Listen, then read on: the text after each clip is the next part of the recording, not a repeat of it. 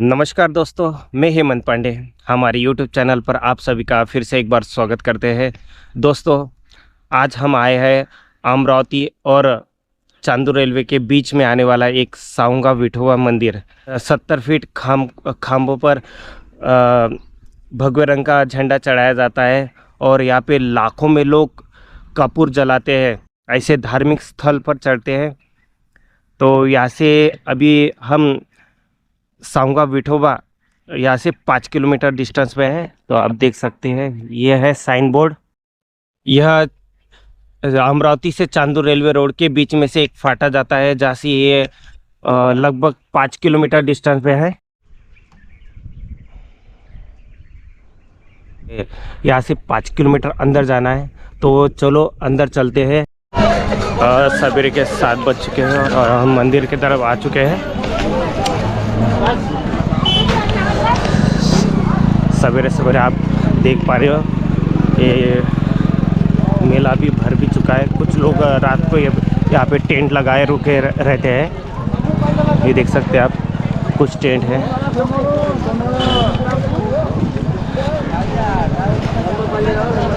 फुल प्रसादों की दुकानें भी यहाँ पर अवेलेबल है। चलो मंदिर तक आ गए हम।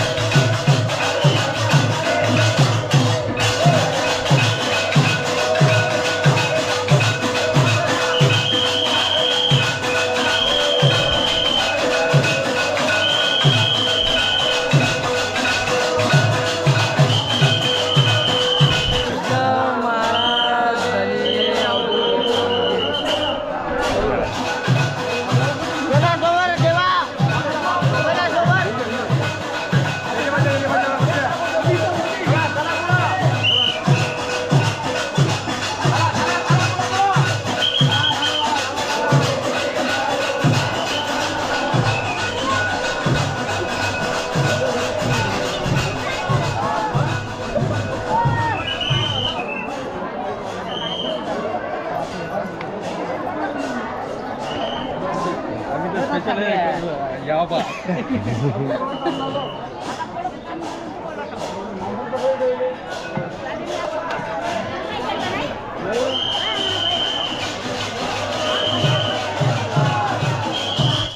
कृष्ण अवधूत महाराज जी के दर्शन हो गए, हमारे साथ आपके भी दर्शन हुए। और वीडियो कैसी लगी कमेंट बॉक्स में जरूर लिखिए। अगर आप यहाँ पर आना चाहते हो तो गूगल मैप लिंक डिस्क्रिप्शन में दे दूंगा।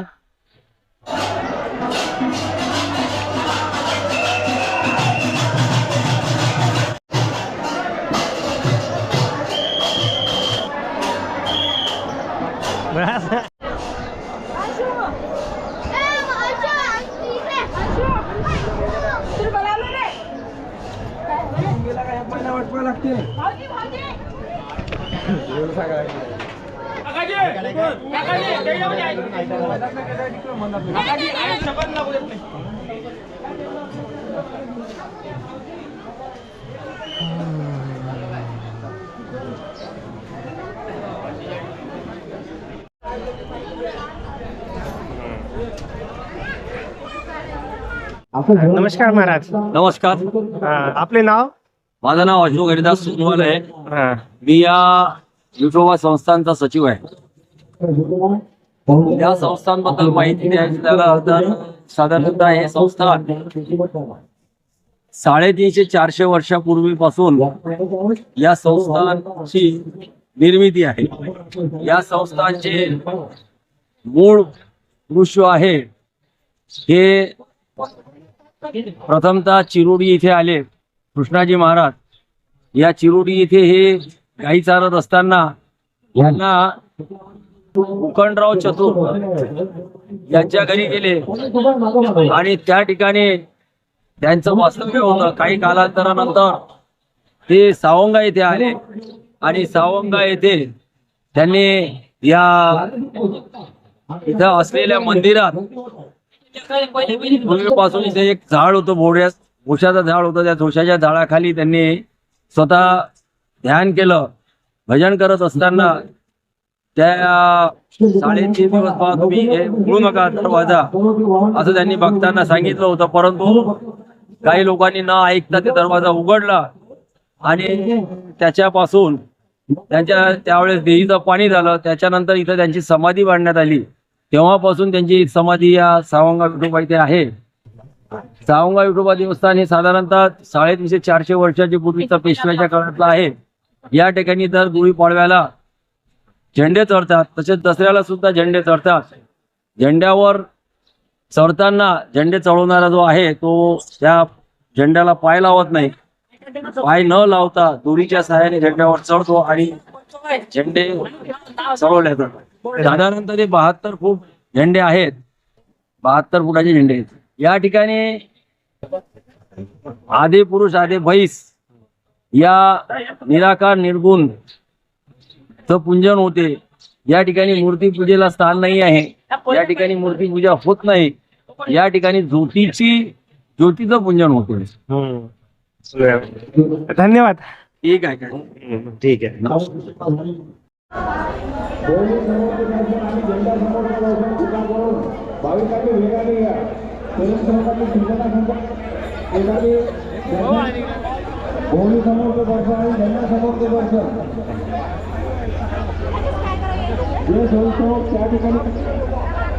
माझं नाव देवराज अवधूतराव चतुर आहे.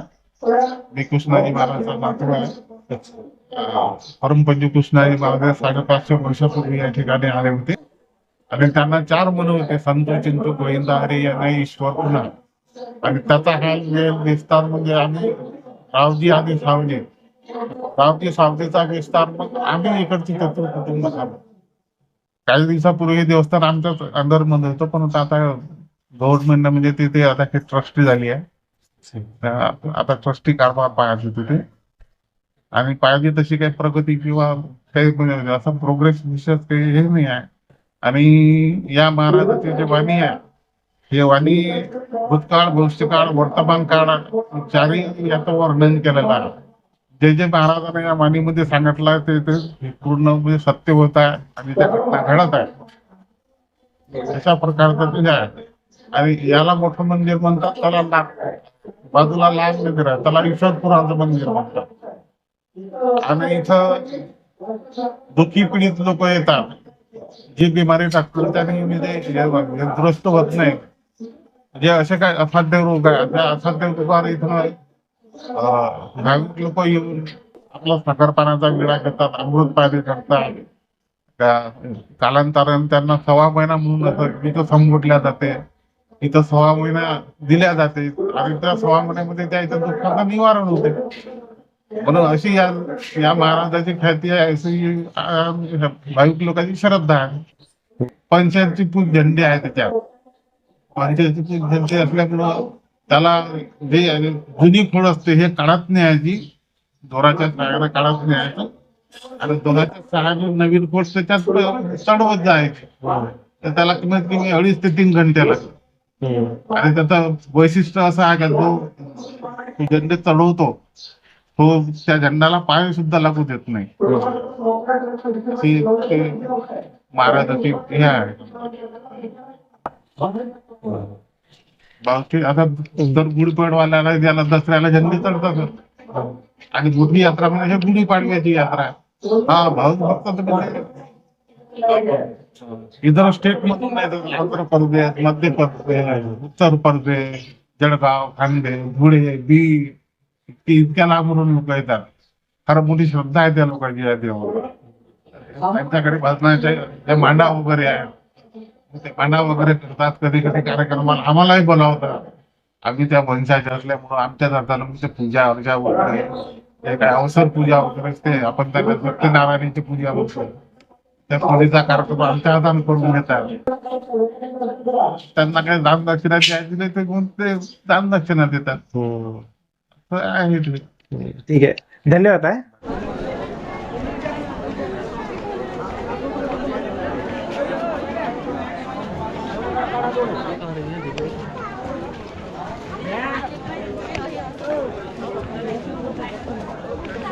दर्शन घेणारे सर्व भाविक एका लाईन मध्ये येतील, कोणीही गोंधळ करणार नाही. शांततेत दर्शन घ्या.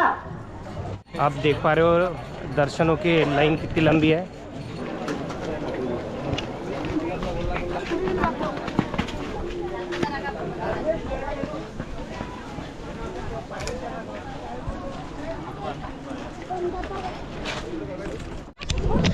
आप देख पा रहे हो गांव की ये जगह से दर्शनों की लाइन लगी है. अगर यहाँ से आप दर्शन के लगते हैं तो 3 से 4 घंटे दर्शन के लिए लग जाएंगे.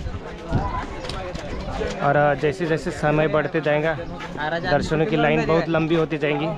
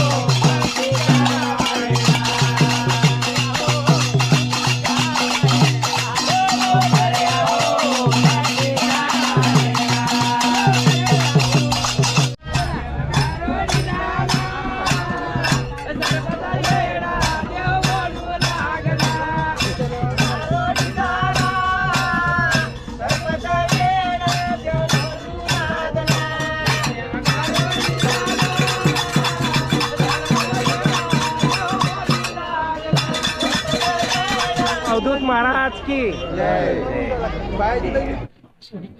यहाँ पे बहुत जन लोग आते हैं जिनके सवारी आती है. वीडियो अगर पसंद आए तो वीडियो को एक लाइक और चैनल को सब्सक्राइब करें. अगर आप यहाँ पर आना चाहते हैं तो गूगल मैप लिंक डिस्क्रिप्शन में मिल जाएंगी. तो चलो मिलते हैं अगले वीडियो में. तब तक जय हिंद, जय भारत.